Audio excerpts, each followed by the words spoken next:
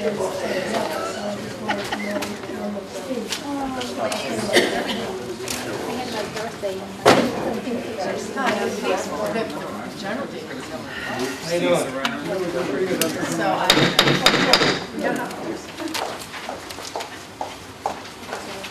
Good afternoon, everyone. Before we get started, I just ask that all of those who have cell phones and think about bringing one to shut it off now so that we don't interrupt the process of the others that are participating, please. And if you have to take a message to vibrate, then go outside and do it. All right. Can't hear you.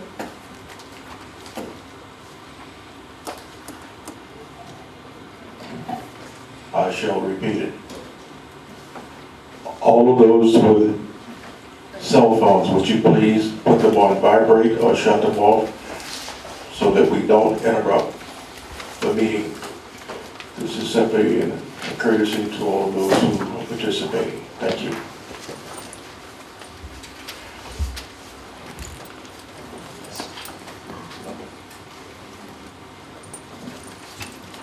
First matter on the agenda is roll call.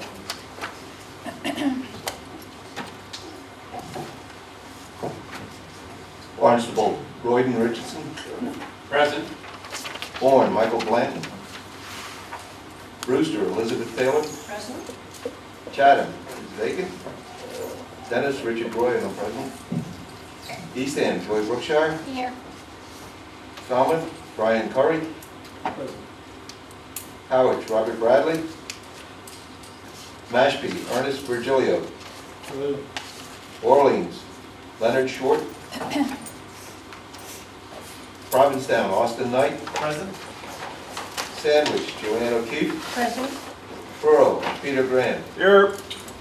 Wellfleet, Roger Putnam. Here. Yarmouth, John McCormick Jr. Yeah. County Commissioner, Mary Pat Flynn. Here. Minority Representative, John Harris. Here. Native American Representative is vacant. The Governor's appointee, Herb Olson. Here. Mr. Chairman, we have a quorum. Thank you.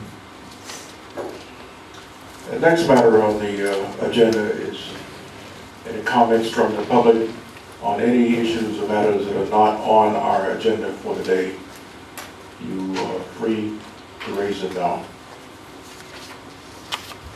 Seeing none.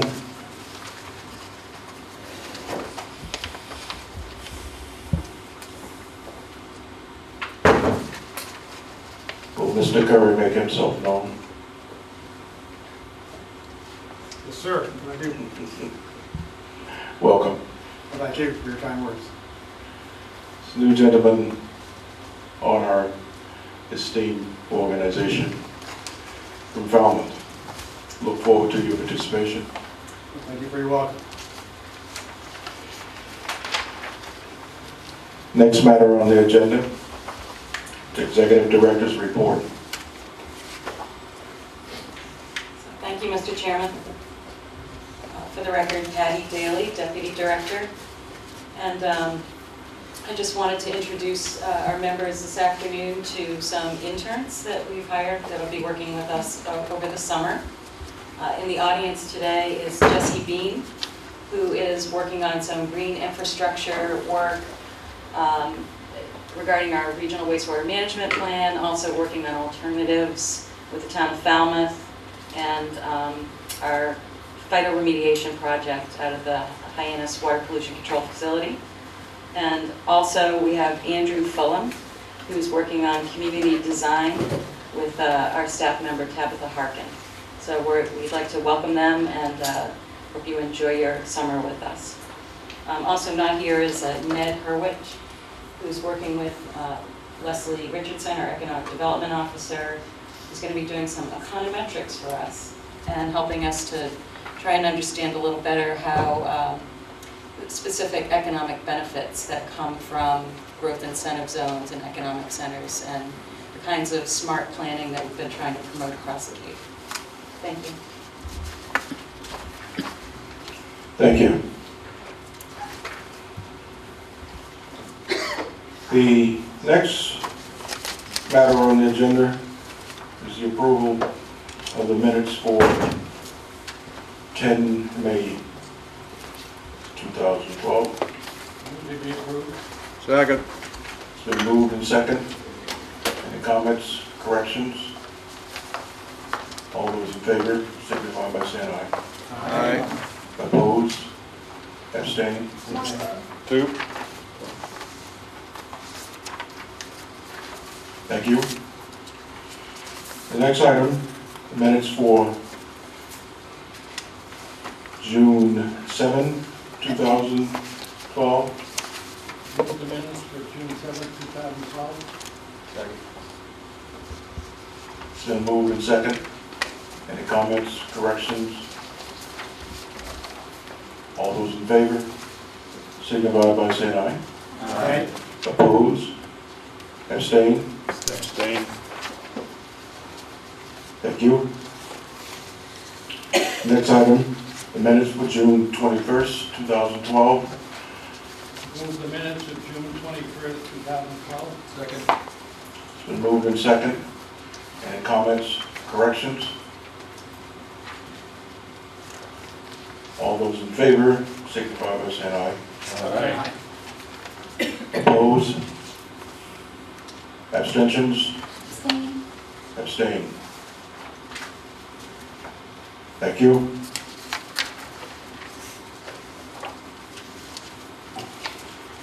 Next item on the agenda is public hearing, South Sandwich Village Notice of Intent to File a Development Agreement.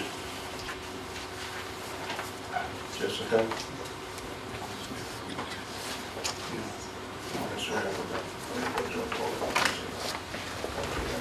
If you want to swear everyone in first. Okay.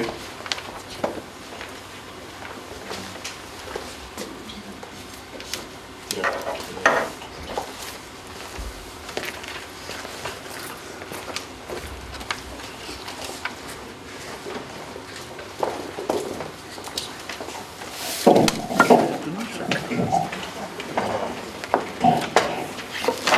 I hope everyone can hear me. First thing is the matters on the agenda is in fact to have all of those who wish to speak to this project to please stand and be sworn in.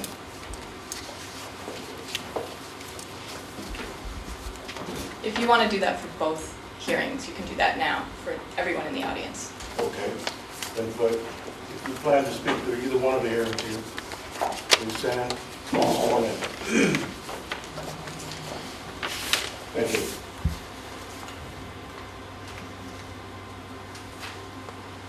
Please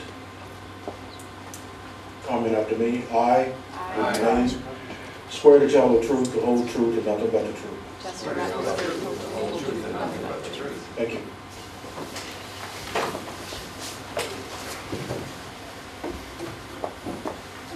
Okay, my name is Jessica Rempel. I'm a regulatory officer with the Cape Cod Commission, and I'll be presenting on the South Sandwich Village project notice of intent to file a development agreement application. So first, I'll just give a brief overview, starting with what a development agreement costs. Oh, sorry, we need to read the hearing notice. If someone can do that, thank you. Hearing notice, Cape Cod Commission, notice of intent to file a development agreement with South Sandwich Village, July 19th, 2012. The Cape Cod Commission will conduct a public hearing on Thursday, July 19th, 2012, beginning at 3 p.m. in the 1st District Courthouse, Assembly of Delegates Chamber, Route 6A, Barnstable, Mass. This hearing will be held pursuant to Section 14 of the Cape Cod Commission Act, C-716 of the Acts of 1989, as amended, and the Commission's Development Agreement Regulations, Section 5B, Barnstable County Ordinance 92-1, as amended. The purpose of this hearing will be to consider a notice of intent to file a development agreement for South Sandwich Village, 331 Catuit Road, East Sandwich, Massachusetts, mixed-use development village center site, and off Jan Sebastian Drive, East Sandwich, Mass, a wastewater treatment facility site. This notice is published in accordance with Section 5 of the Cape Cod Commission Act.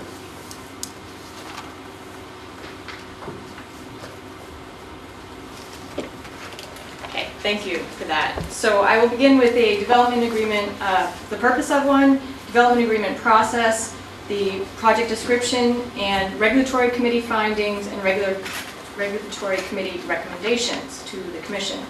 So the purpose of a development agreement, this is pursuant to Section 2 of the Commission's Development Agreement Regulations, is as a tool for the Commission, municipalities, state agencies, and developers to use to define the scope and substance of a proposed development.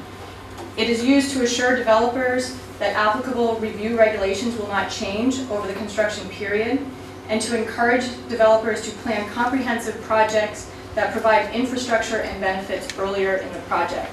And a development, as specifically described within an approved development agreement, shall not be required to be subject to further DRI review.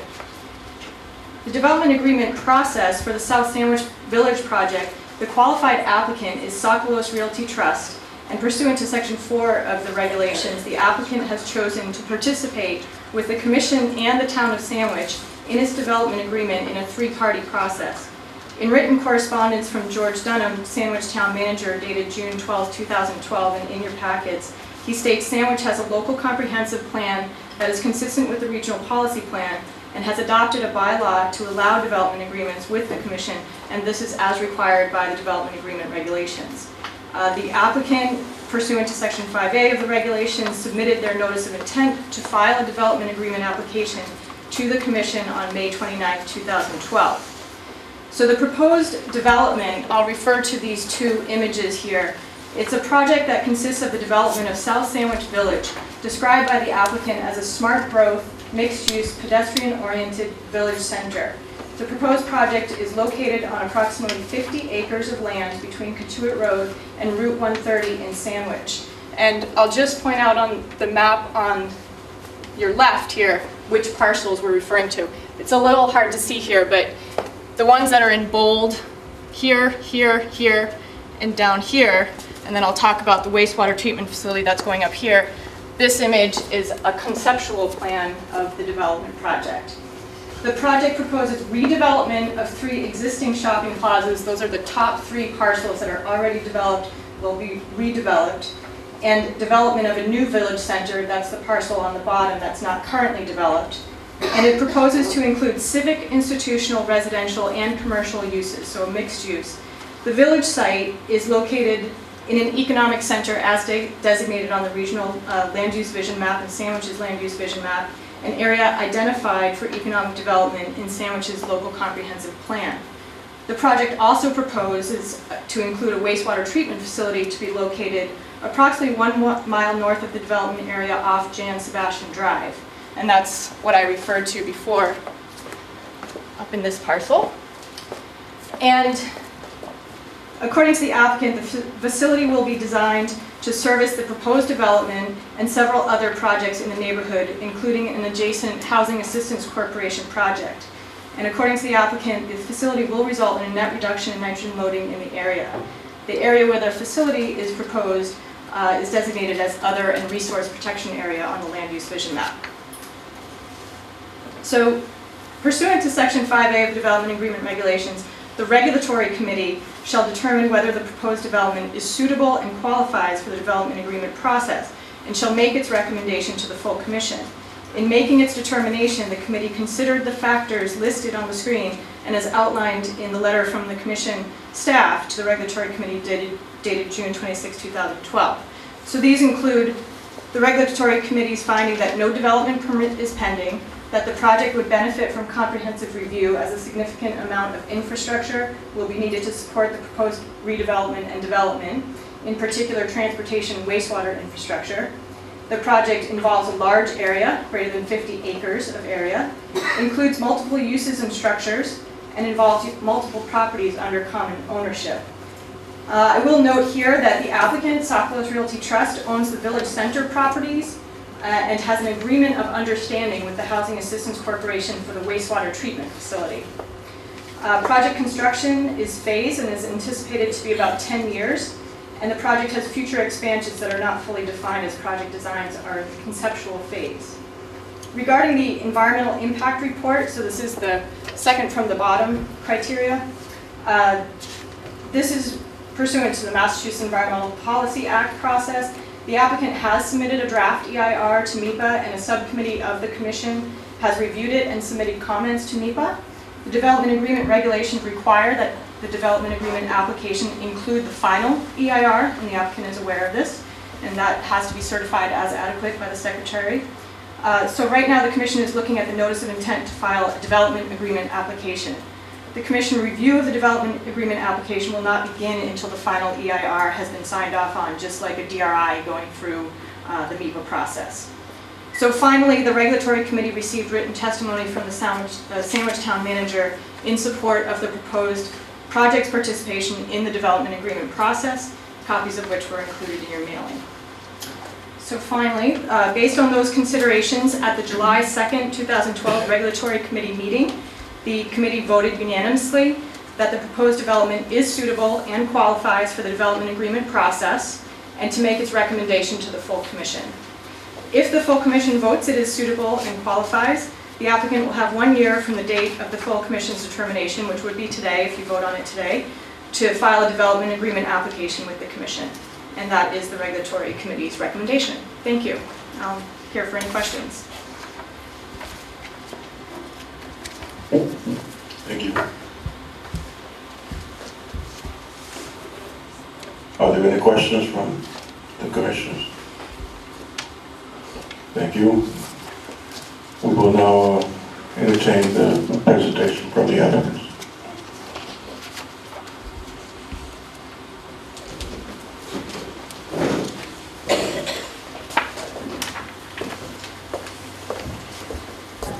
Mr. Chairman, members of the commission, for the record, my name is Kevin Corain, and I am counsel to Sakalos Realty Trust, the applicant that is before the commission today. I don't feel any real need to belabor what the subcommittee considered, the regulatory committee considered in making its unanimous recommendation. We do believe that the project as proposed, at least in its conception, is a project that meets the criteria set forth in the regulations and in the Act. We believe that this is the appropriate method of proposing this development. We have the cooperation of the town of Sandwich. The town of Sandwich is welcoming this process as well, and we would respectfully request that the commission act favorably upon this request to allow us to proceed with the development agreement process.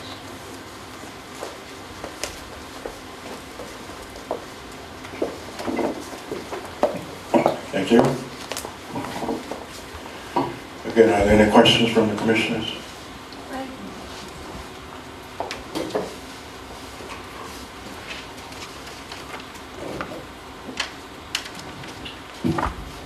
Thank you, Mr. Chairman. I didn't know if this was the right time to ask, but on the information that's presented so far, I wanted to know with that 1 year extension if there's a fallback contingency, just saying that because of exigent circumstances, they were not able to fulfill that 1 year. So is there a mechanism in place in order to, thank you, Jessica. Yes, there is. So the applicant will have 1 year from the vote to file a development agreement application, and then can seek an additional year through the regulatory committee for that. Thank you. Any further questions? Yes, Peter. Yes, thank you, Mr. Chair. Yeah, for the applicant, I'm curious, I know Plymouth had a very disastrous situation with the development that was occurring over in Plymouth for film industry, I believe it was. And what happened is that the funding collapsed. So I would just be interested in hearing from the applicant how that funding might look and when, maybe your milestones are, so you know that you've really got something in place that's going to go.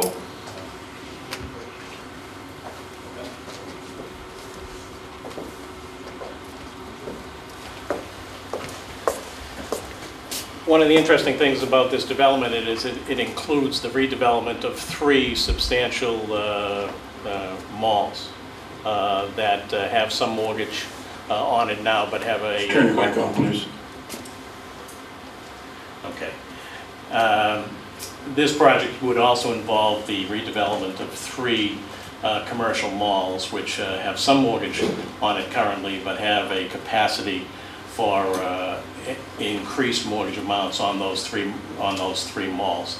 There is also a cash position that is available to develop this property. So the applicant does not believe, given his long-standing relationships with the lenders that he has dealt with over the years, that he will have any difficulty in financing this project. And what he can't finance, he has the wherewithal based upon the income that his current properties generate to move this project forward.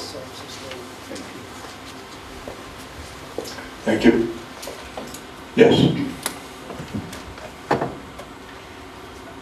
Has the town of Sandwich committed to a community center and a library? Or is this hopefully in the plan? Hi, my name is Bud Dunham. I'm the town manager in Sandwich. I'll try to answer your question as best as possible.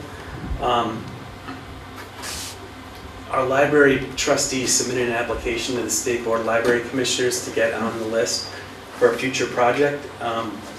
In doing so, the selectmen designated 3 acres of town property that immediately butts one of the properties that Sockless Realty Trust owns.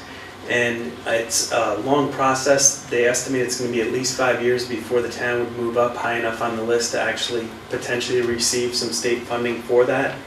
And it's fair to say that the preliminary design that was proposed is very substantial, and it hasn't come to any town meeting or public debt exclusion vote.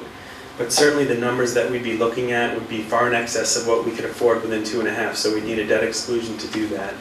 I think there's a hope that if for some reason there's a way to work with the private entity and possibly be able to build something, or if not, at least be able to work jointly for when something gets built using town funds, that would be something we'd like to accomplish. But I think it's fair to say that's at least 5 years away.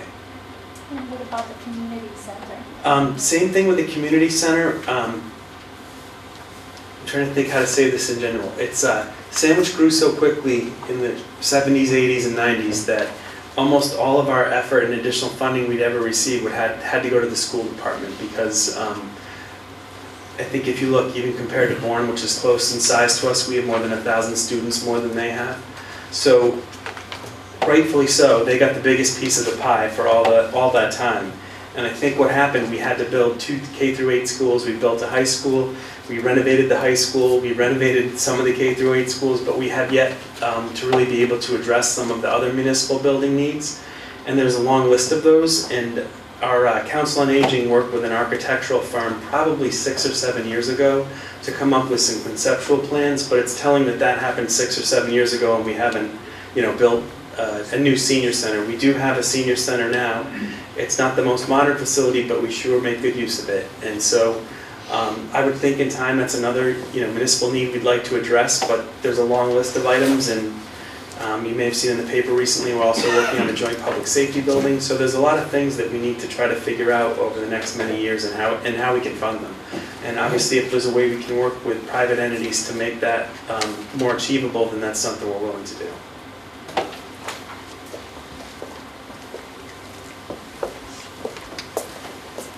Just to add to that, my client has been a respected member of the Sandwich business community since the 70s. And one of the things that he has done throughout those years in the course of operating his properties is that he has made space available for such things as an amusement center for the kids in town to gather so that they have a place to go. It was supervised. He has also made available in the past space within his complexes for things like the Sandwich Food Pantry. One of the things that he wanted to do, because he does have a social conscience and he does believe that this is an important project for the town, is to, as part of his plan, be able to construct a building which the town would be able to use for civic purposes. And whether that turns out to be something, a library or a community center or a senior center, really depends. There are a lot of questions too that arise relative to bidding processes and prevailing wage issues and things of that nature. So it is definitely a concern of his that this be an integral part of any plan that he presents. And it is hoped that we will be able to accomplish that and be able to provide something of real value to the citizenry of the town. Thank you. Any further questions from the commissioners? Seeing none, are there any members in the audience from the federal government who wish to speak? From the state government? Local town government?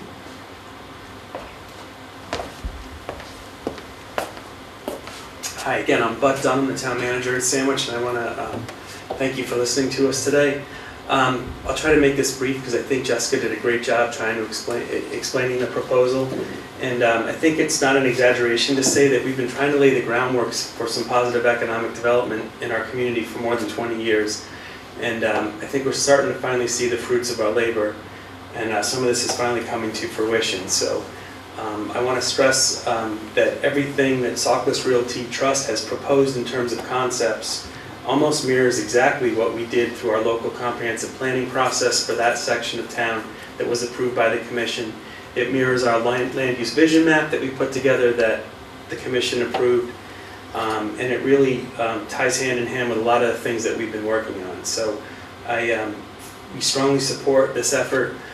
We actually want to be, I think it's my understanding that if we can work this out as a three-party agreement, we'd be the first three-party development agreement on the Cape. We would love to be the first town to be able to accomplish that. And I can't stress enough how helpful Paul, Christy, Jessica, and the rest of the commission staff have been, not only during this process, but in the years leading up to try to get us to the point where we could even get here. And I think we all agree, at least on the part of the town, that the only way or the most successful this project can be is if the town staff, the commission staff, and the development team work together to try to work out something that's for the best of the developer and for the town and for the region. And I think that can all be accomplished. So again, I just want to thank you guys for your support. Everything that we've done and we're proposing is consistent with what we've tried to do. And I also think that while what we've been talking about so far is just a concept, the longer we work on it, the closer we get to some of the more specifics. And I think working through the development agreement will really hone in on some of those particulars. And I think one of the things that was mentioned that I think is going to be pretty unique is how we try to address this wastewater issue. Will it be exactly where it's on the map? We don't know yet. You know, is there something that would make more sense for the greater good of the town that's nearby? That might have to come into play. But without a doubt, I think whatever we work out here, you know, working with the private sector and the public sector, I think it could be a unique example for you to use in other towns on how some of these things can be addressed, because we all know how important the wastewater issue is. So again, we're just excited to get working on this. We hope you support it, and I want to thank so many of the regulatory committee members came for the site visit, and I was extremely impressed in the middle of the day how many of you took the time to come. So thank you again for spending so much time on this. Thank you. Any others from the town wish to speak?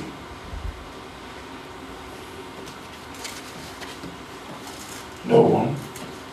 You guys have worked hard enough on this thing. I think you would want to be recognized, but we will let Bud take it for you.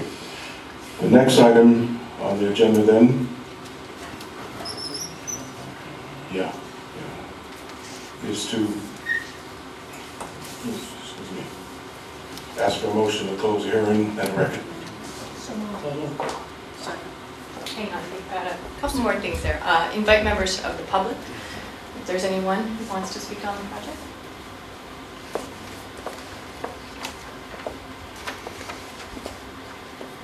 Do I have to say it? No, I guess not. No one seems to be interested. Okay, proceed. You're on to Finished? your next one, yeah? I'm on? All right. I will now entertain a motion to close the hearing and the record. So moved. It's been moved and second. Any questions, comments? All those in favor, signify by saying aye. Aye. Oppose? Abstain?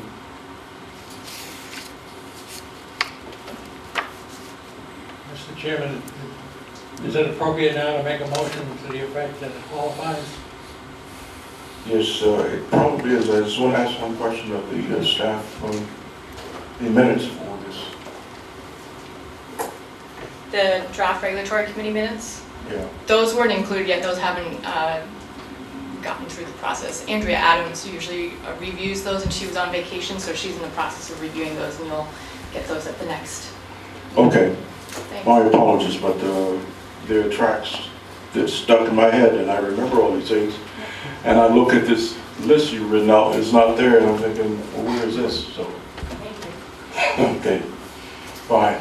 Then, then I will entertain a motion that we accept and approve as submitted to the committee. So moved. I'll second it. It's been moved and second. Mr. Chair, Yes. if I could interrupt. Christy Senatori, if you could amend your motion potentially to include that the proposed South Sandwich Village development is suitable for consideration as a development agreement with the Commission, provided the development receives a final environmental impact report certified as adequate by the Secretary of the Executive Office of Energy and Environmental Affairs, and submit same prior to application. I will move that amendment. Thank you. Second. With the amendment as read, all those in favor? Aye. Opposed? It's approved. Thank you very much.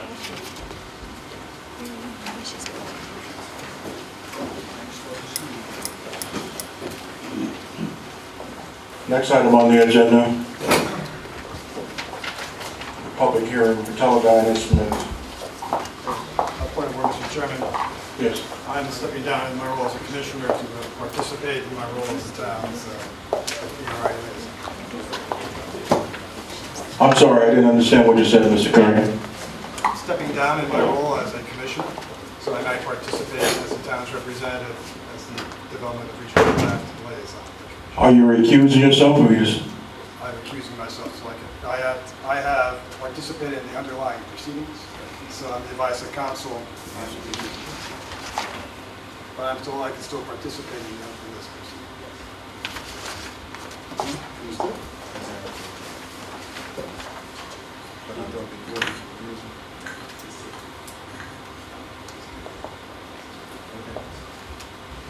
Just trying to get it right. Thank you, Brian. You're certainly welcome.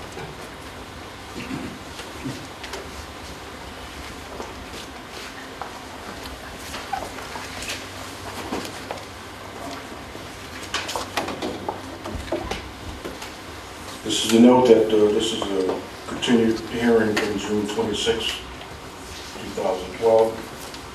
Ms. Senatori. Thank you, Mr. Chair. For the record, Christy Senatori, I'm acting as a hearing officer on the Teledyne Instruments Development of Regional Impact Hardship Exemption application. Just to give you an overview of what I intend to present to you this afternoon, I'll first walk through the project description, the Commission's jurisdiction, the procedural history, findings and conditions outlined in the draft decision before you, criteria for approval, and finally staff's recommendations. So for a project description, currently Teledyne has employees at 3 locations in Falmouth. As you can see on the plan shown here, Teledyne owns Lot 2A, Lot 5, Lot 6, and Lot 10. These are located in the Raymond Park Industrial Subdivision. Teledyne acquired Lot 10 from the Falmouth Economic Development Industrial Corporation in 2011 in order to maintain its businesses in Falmouth and to consolidate its operations. There are existing buildings on Lot 2A and Lot 6, and Lots 2A and Lot 10, as shown on the plan here, are the subject of the current proposal. In 2008, the Commission issued 2 DRI decisions for the subject site, a DRI exemption decision for Teledyne and a DRI hardship exemption decision for the Falmouth Economic Development Industrial Corporation, or EDIC. The applicant has applied for a hardship exemption to combine these 2 previous decisions to allow for the proposed expansion that's before you. To give you a little bit of background on these 2 decisions, on April 17, 2008, the Commission issued the DRI exemption decision for Teledyne, This project was reviewed pursuant to the 2002 Regional Policy Plan, or RPP. Pursuant to this decision, the Commission approved an addition of approximately 14,850 square feet to their existing approximately 27,000 square feet. This was their building on Lot 2A, as well as an additional open storage area and a loading ramp. The Commission approved this project as an exemption and found that the location, character, and environmental effects of the project prevented its having any significant impact on the resources, values, and purposes protected by the Act outside of the town of Falmouth. This addition, approved as part of that decision, has not been constructed and is what is part of the current proposal that's before you today. The August 21st, 2008 DRI hardship exemption for the Falmouth EDIC granted hardship relief to qualifying entities for mitigation that was associated for water resources, open space, and transportation. This decision allowed for the construction of 3 10,000 square foot buildings on 3 separate lots. This decision was modified in 2010 to allow, instead of the 3 10,000 square foot buildings, in the alternative, construction of a 30,000 square foot building for qualifying entities, the mitigation could be waived. None of these buildings have been constructed, just to note for the record. Teledyne was granted a waiver certificate for this particular property, Lot 10, which is the site of the current proposal, on February 28th of 2011. They were considered a qualifying entity. And just to go through some of the criteria to be considered a qualifying entity, Teledyne was found to have high average weekly wages. They were found to be a small business with less than 150 employees, and to have a majority of year-round full-time positions. In addition, the proposed use was not categorically excluded from consideration. This was outlined in the decision. Therefore, Teledyne met the applicable criteria and was granted a waiver certificate for the proposed use, waiving those mitigation requirements. So that's the background. To give you an idea of the current proposal, they're seeking to combine the total allowed square footage of the 2 previous decisions so that Teledyne now can construct an approximately 30,000 square foot addition to the east side of the existing building, and then either a 14,600 square foot building to the north, or 2 further additions to the west and east of the existing building. These would be approximately 5,400 square feet and 9,100 square feet. In total, the expansion would accommodate up to 324 employees on the proposed combined parcel, which is approximately 14 acres. And so this is the site plan here. The blue arrow, you can see it behind me, shows the existing building. The red arrow shows the proposed approximately 30,000 square foot addition. And the red outline shows the proposed 14,600 square foot building that would be located to the north of the existing building.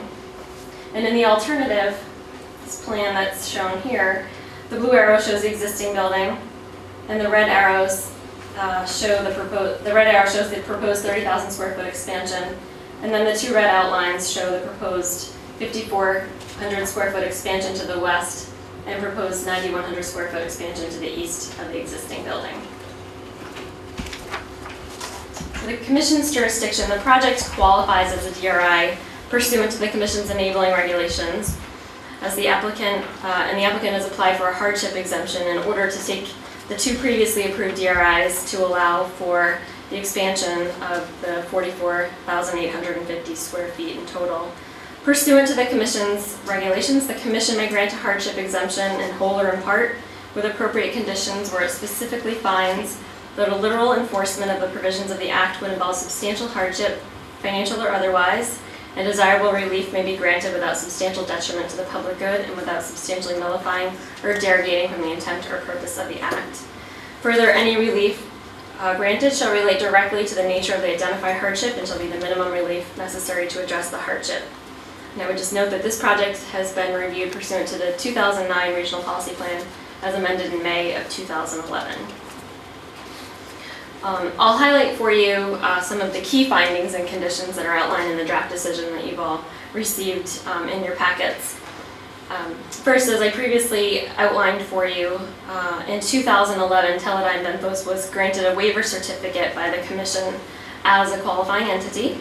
Based on their qualifications, the mitigation that was outlined in the 2008 EDIC hardship exemption for water resources, open space, and transportation was waived. And additionally, no mitigation was required as part of the 2008 Teledyne DRI exemption. Additionally, the two previous reviews were conducted in accordance with the 2002 Regional Policy Plan, where there were no affordable housing or energy requirements. And so based on these factors, staff suggesting that the Commission find that under the current proposal, hardship relief in these areas may be granted without substantial detriment to the public good and without nullifying or substantially derogating from the intent or purpose of the Cape Cod Commission Act. I'll go through some of the issue areas for you. In the issue area of land use, staff suggests that the project meets the applicable minimum performance standards and is appropriately sited in an industrial subdivision. Under economic development, this is a project in a town without a land use vision map, so the project is required to meet waiver criteria under minimum performance standard 81.3. Teledyne is a marine sciences enterprise designing and manufacturing oceanographic instruments. The average salary of the current 184 full-time employees is nearly $60,000 based on a total payroll of over $11 million in 2011. And to put this in context for you, the average county wage in 2011 was $39,000. So based on this, staff suggests that the project meets the emerging industry clusters waiver criteria. Additionally, during its meeting on June 11th, 2012, the Falmouth Board of Selectmen unanimously adopted a resolution which stated, the Board of Selectmen has reviewed the application for a hardship exemption under Section 23 of the Cape Cod Commission Act of Teledyne Instruments for its proposed construction of up to 44,850 square feet of new commercial space to be located at 49 Edgerton Drive in Falmouth, and hereby votes and resolves that pursuant to Section 81.3 of the Cape Cod Regional Policy Plan, revised May 20th, 2011, the proposed location is consistent with both the goals of the town's local comprehensive plan as well as the town's capital facilities and infrastructure planning. Based on this resolution, staff suggests that the project also meets the municipal endorsement waiver criteria. So moving on to the next issue area of transportation, the project complies with applicable safety requirements, and the decision includes a condition requiring the implementation of an employee trip reduction plan. In the issue area of community character, the proposed building, form, and materials are consistent with the requirements for an industrial park, and staff suggests that the proposed landscaping appears consistent with applicable standards, and the draft decision does include a condition requiring submission of a final landscaping plan, as well as proposed lighting specifications in order to ensure consistency with those applicable requirements. In the issue area of open space, the applicant is proposing to permanently protect 5.16 acres of land on the site. The draft decision before you includes a condition requiring the conservation restriction on the 5.1 acres, as well as a condition requiring the applicant to adhere to any conditions placed on the project by the Natural Heritage and Endangered Species Program. In the issue area of water resources, the applicant is proposing low-impact stormwater design and is also proposing to install a denitrifying septic system and will meet the required 5 parts per million nitrogen loading standard. The decision also contains a condition requiring the submission of final septic design plans for this DEP-approved denitrifying septic system, also including detailed specifications and bid-level construction plans that outline detailed grading and drainage, as well as the submission of a stormwater operations and maintenance plan. So the criteria for approval, as you know, in order to approve a development, the Commission must find that the probable benefit from the proposed development is greater than the probable detriment, and this is something that you as Commission members will need to deliberate on. That the proposed development is consistent with a regional policy plan and the town's local comprehensive plan, and staff suggesting that with appropriate conditions and relief granted, the project is consistent with the regional policy plan. And as I mentioned, on June 11th, 2012, the Falmouth Board of Selectmen found that the proposed project is consistent with Falmouth's local comprehensive plan. Additionally, that the proposed development is consistent with municipal development bylaws. On June 25th, the Commission received written correspondence from Falmouth's town planner, Brian Curry, noting that the proposed project is consistent with local zoning but for a site plan review by the planning board. And I would just note that the proposed project is not located in a district of critical planning concern. So in conclusion, so long as the commission finds that the probable benefits of the proposed project are greater than the probable detriments, staff recommends that the hardship exemption application of Teledyne Instruments can be approved with conditions. And I would just note for the record that you did have one page in your packets today with some minor clarifications to the water resources findings. It's simply clarifying some of the standards that were, a couple of the standards that were erroneously referred to. So I'm happy to answer questions if you have any at this time.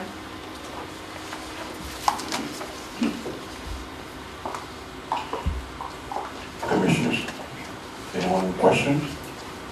Fine, we'll move on to the applicant, please.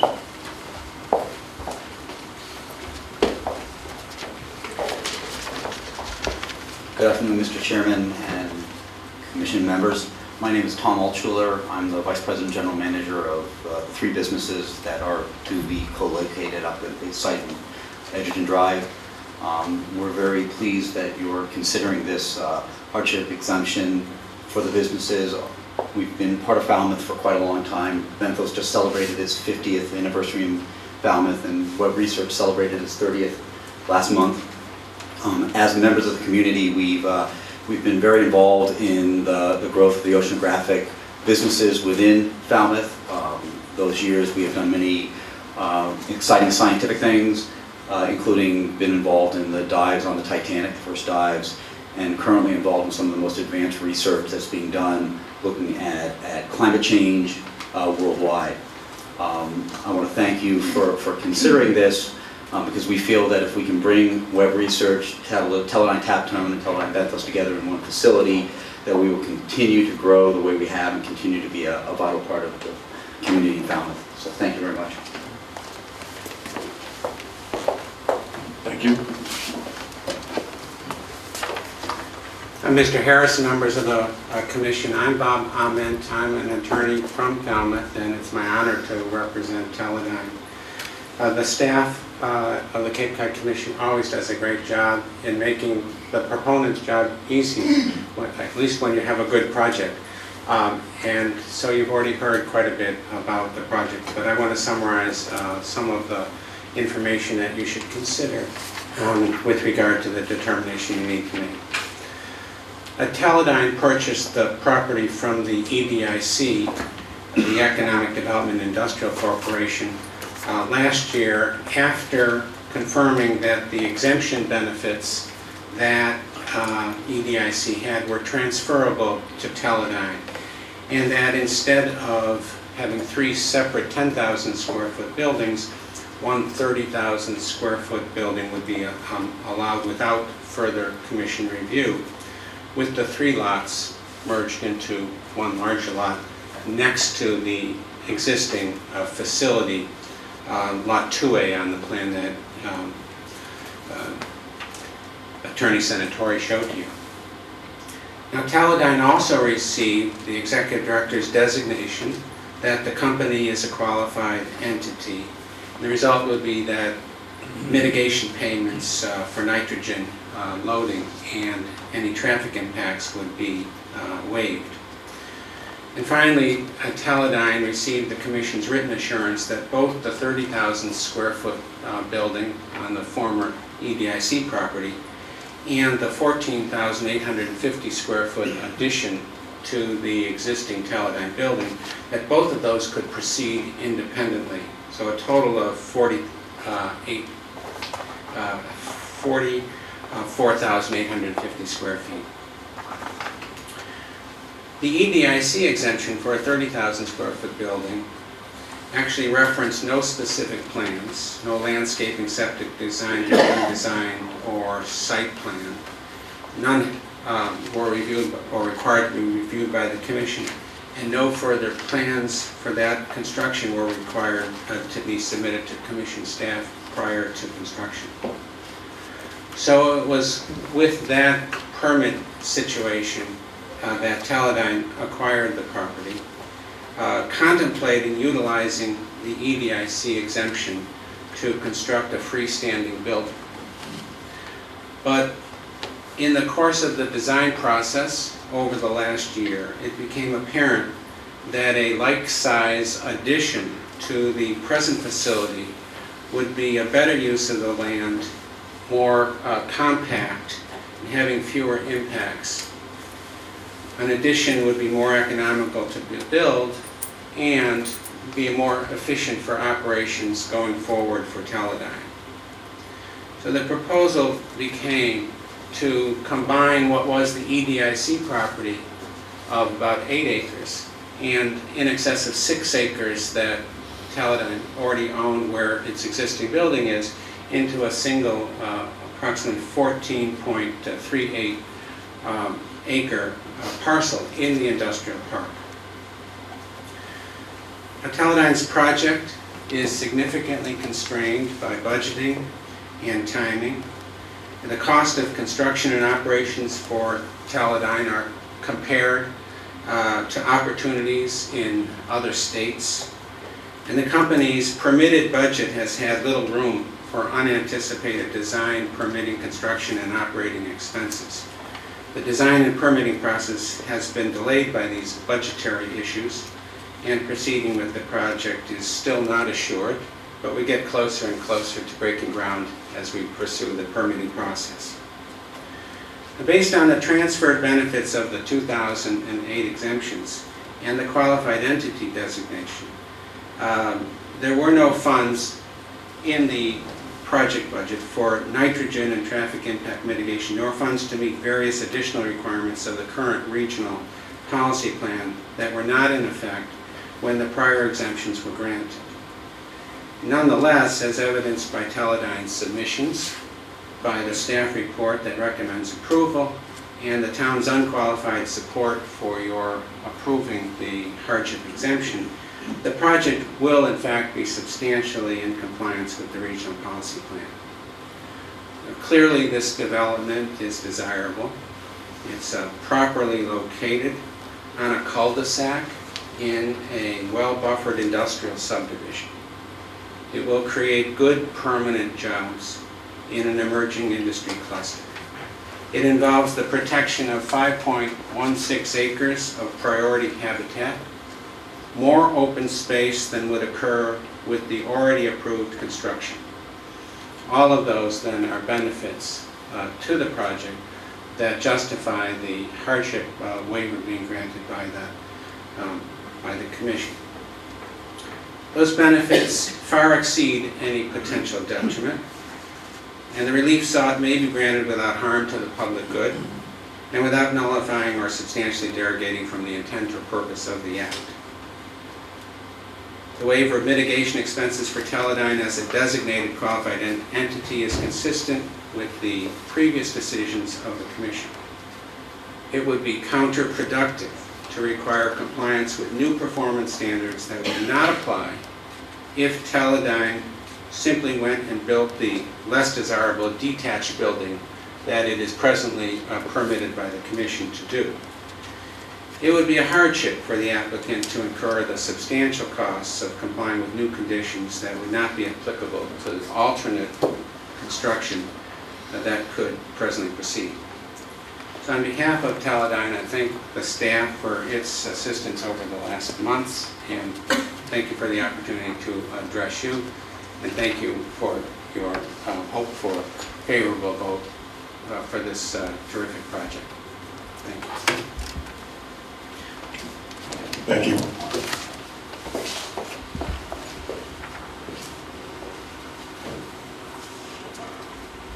Do I have any questions from the commission?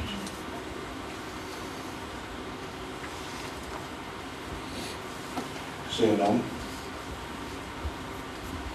I would ask if there are any members of the federal government who would wish to speak. From the state, town, or local.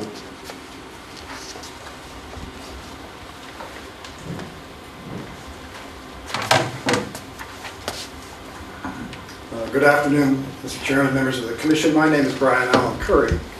I'm the Falmouth Town Planner. I have a letter from the Falmouth Town Manager you may have in your package.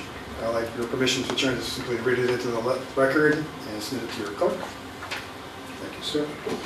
It's addressed to Mr. John Harris, Chairman. And the subject is Teledyne Expansion Project of Falmouth. Dear Chairman Harris and members of the Commission, I am writing to affirm the town's unqualified support for this critically important Teledyne Expansion Project. This has been discussed by the Board of Selectmen, who expressed their agreement with the importance of this corporate expansion to the local and regional economy. This exciting project represents a unique opportunity to favorably impact economic development by a world-class corporation, which we are very proud to have call Falmouth and Cape Cod their home. I appreciate the informed review and analysis which has been completed by the Commission staff. We respectfully urge the Commission's favorable consideration of this project, and we stand ready to assist and facilitate as well. Thank you. Sincerely, Julian Ansuso, Falmouth Town Manager. Thank you.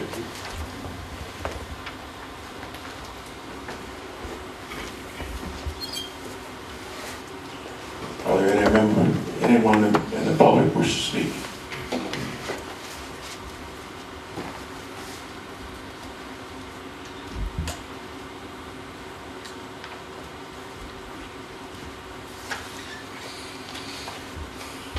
Then I will address the motion, close the hearing, and second. So moved. Second. It's been moved and second. All those in favor? Aye. Opposed? Abstained? Thank you.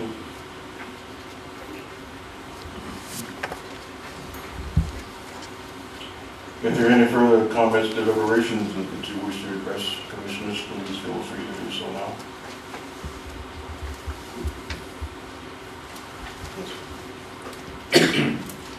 If I could, Mr. Chair, just want to bring to the Commission members' attention that this is sort of a unique situation in this project here. We have an outright exemption and a hardship exemption, and there's no way INDIAC to actually join them. So the most elegant way that we could find is the way that's before you today, which is to merge them into a hardship exemption.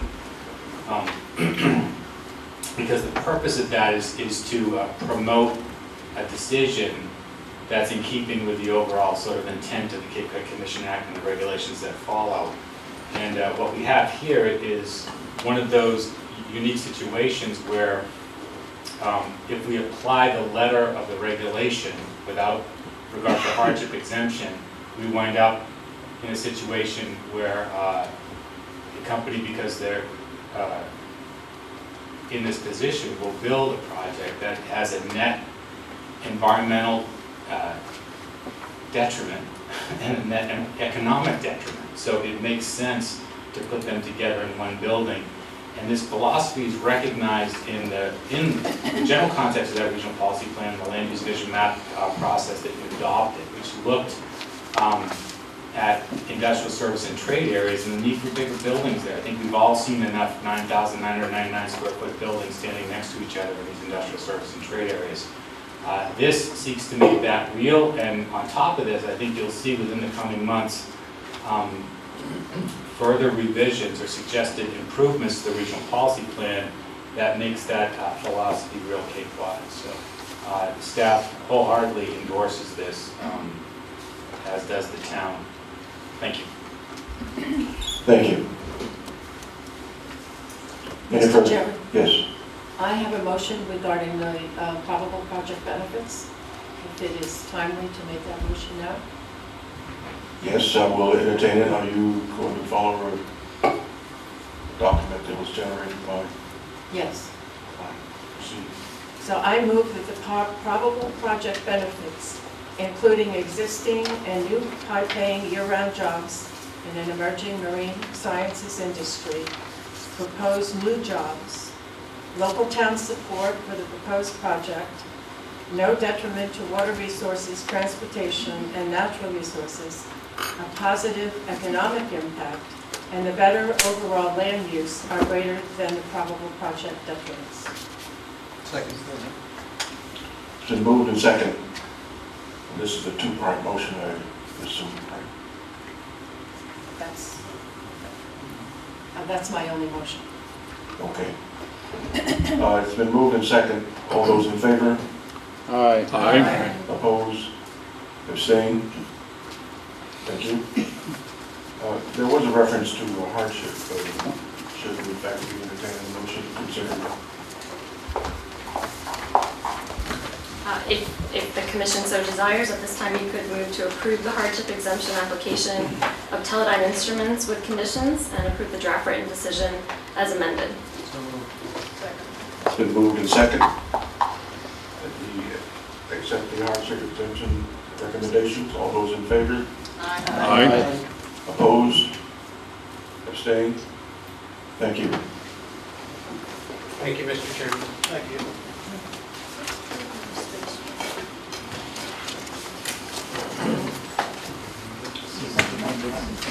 Yeah.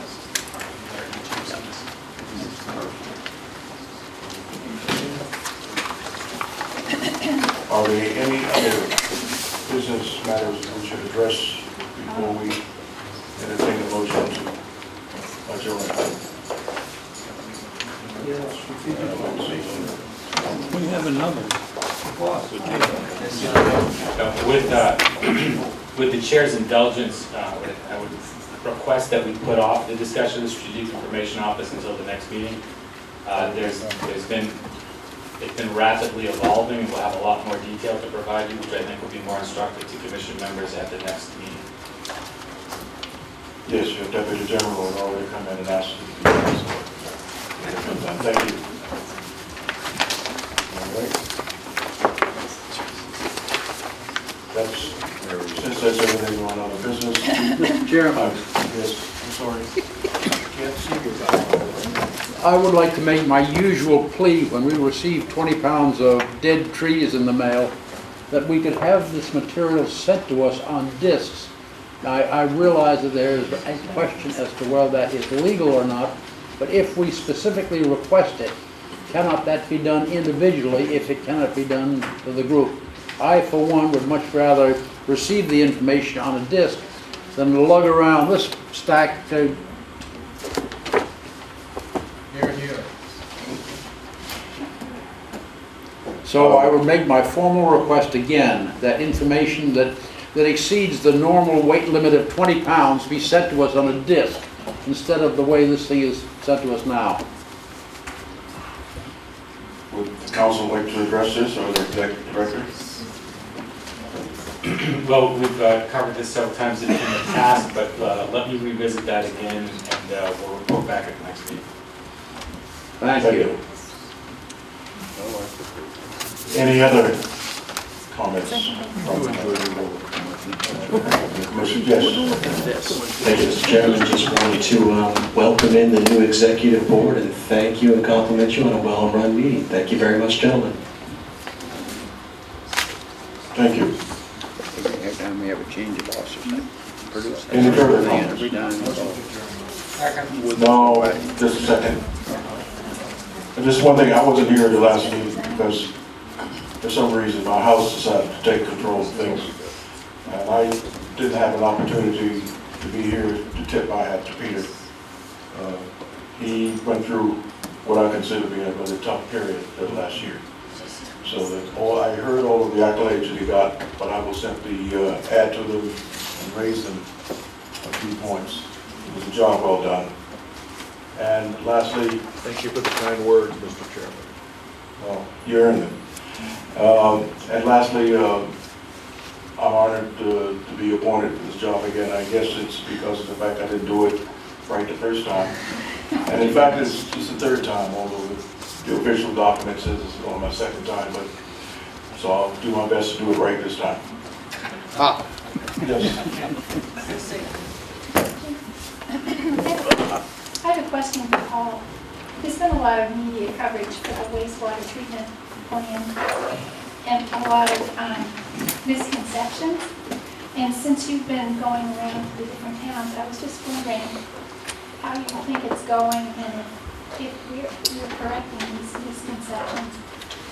Well, thank you for the question. It's an important one. Just to highlight for the commission members, between me and Andrew Gottlieb, the executive director of the Water Protection Collaborative, we will have been in 15 towns 47 times over the last 3.5 months as of tomorrow. and meeting with citizens, boards of selectmen, and really anyone who wants to talk about the issue, or anyone we can force to talk about the issue. And we are trying to get a lot of misconceptions right. There is a very popular misconception that somehow the regional plan supports one regional entity in a very large pipe solution that would run from a Warren Providence town, which is ridiculous on its face, but it serves other people's personal agendas, and so we hear that out there. I will tell you, after 3.5 months of hard work and being out there talking to people about this, that is an insufficient approach to cancel out a couple of radio ads. And that's an unfortunate comment on where we are today, and it's also been disheartening to see information that the print media knows to be false to allow to be printed by columnists in their newspapers.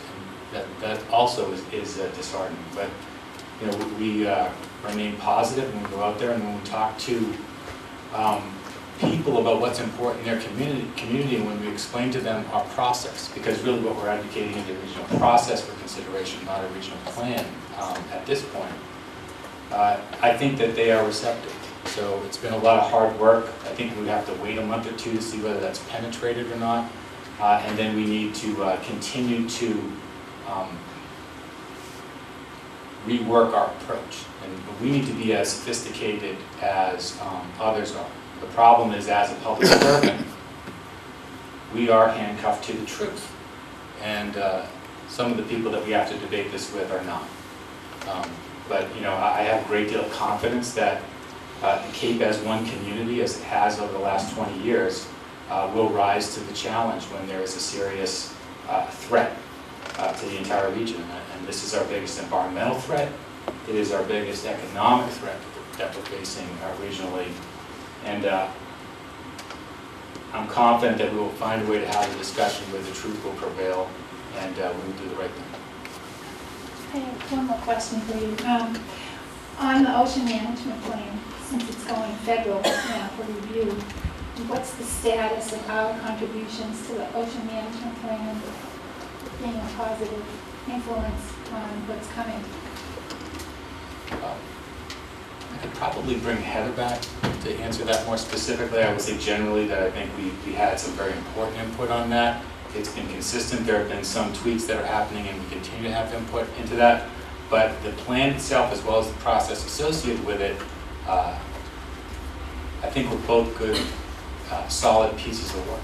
And I think that the federal plan should reflect a lot of the effort that we put in.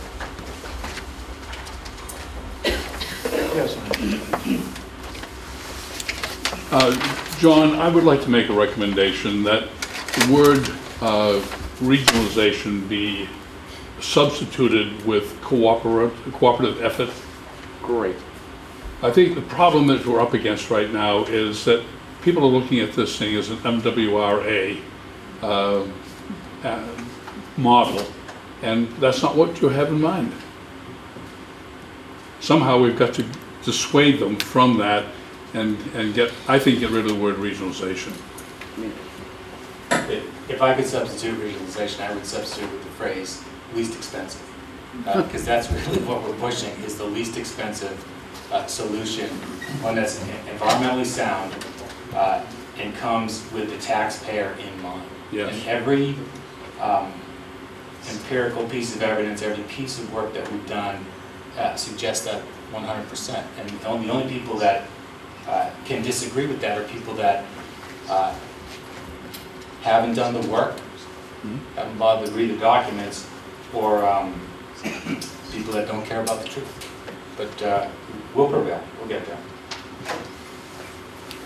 Mr. Chairman, if I may, I would like to remind everybody that the MWRA originated because the municipalities didn't do anything about it themselves, and the court ordered the MWRA to be created. Thank you. Any further comments? Just one more. Yes. Just a little bit of follow-up on Joy's question. The sand and gravel mining regs that we did were passed by the Assembly yesterday. So That was the Jim Pearson sandwich. Congratulations.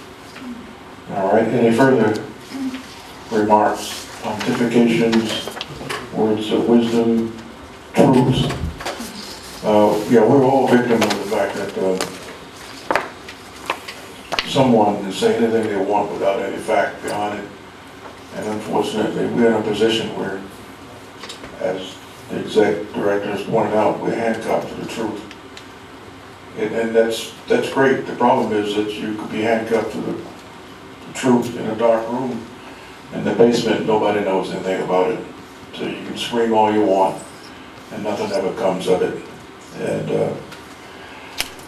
I've said to him, because I've gone to one of the meetings that he spoke about wastewater, that we really need to record what we have and put it on a loop, and it's there constantly, because we should be on a campaign just as effective with the truth about what it is that we're doing or what's being said, because I've sat in rooms with people who are making presentations, and I've been among the crowd of people who said that's a suit. But this gentleman here, he's among what I consider really being credible individuals that talk about something that's very important to the community at large. He does an excellent job of it, but unfortunately, he's in a dark room in a basement, and he's handcuffed to the truth, and nobody is really out there working to help him, because the media can do a much, much better job, and we just have to all figure out how we can help them to sell more newspapers, because that's really what the bottom line is, just so that we can get the word out to the public. The public should know, whether it's regional or whatever word we use, but the whole idea is to get the cost down and get the effectiveness up. We need to get the nitrates out. We need to be sure that our lakes are not turning into jelly. We need to realize that this economic situation is connected directly to this. And when someone doesn't show up in your town because your lake is looking funny, it's because the lake is jelly, and nobody likes to swim in jelly. And we're going to have to get to a point where we start to live by the truth and support people like our esteemed colleagues sitting here. So much for that. Yes, sir. In terms of sort of developing a marketing campaign for our position, I just wonder whether staff and others are giving attention to the resource of the internet and that sort of thing, that sometimes when you're in, you got an answer already, so go ahead. Yeah, but no, we have been trying since our watershed tour 2 years ago, and so we've got a Facebook page updated regularly. We've got some good information on wastewater on that. We also have a Twitter account that we use, so we're trying to maximize the use of social media. Not the sexiest topics to get people to log in and join and follow, but we can continue to push that. And we'll try harder, but as you know, as a public agency, we are really constrained in the kind of public relations and marketing efforts we can engage in. We'll find, we will find a way to turn the light on and be heard, and we're going to talk about it a lot more in the next couple of months. I know you are, and I appreciate that. But the thing is, another thing that I wondered if we consider doing, or whether it would be... Is your mic on? I hope so. Yeah. You just turned it off. She took my seat when I first got here, and now she turned off the microphone. Okay, but the thing is that, people make these outlandish statements, and they're not the truth. If we could take the truth and make an outlandish statement about it, that such and such is going to happen because such and such and such and such, that, if it has to do with cost and that sort of thing. I mean, just reverse what's going on and you get people's attention, especially if they know they're going to cost more, all that sort of thing. Just thought. Yes. I think one of the misconceptions, well, there's a lot of them, is that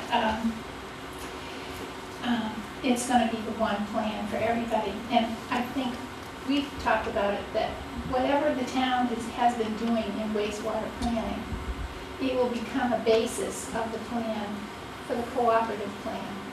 And that the money that's been spent is not going to be wasted, and all the time and effort in planning won't be wasted, but it will become part of the comprehensive plan later on.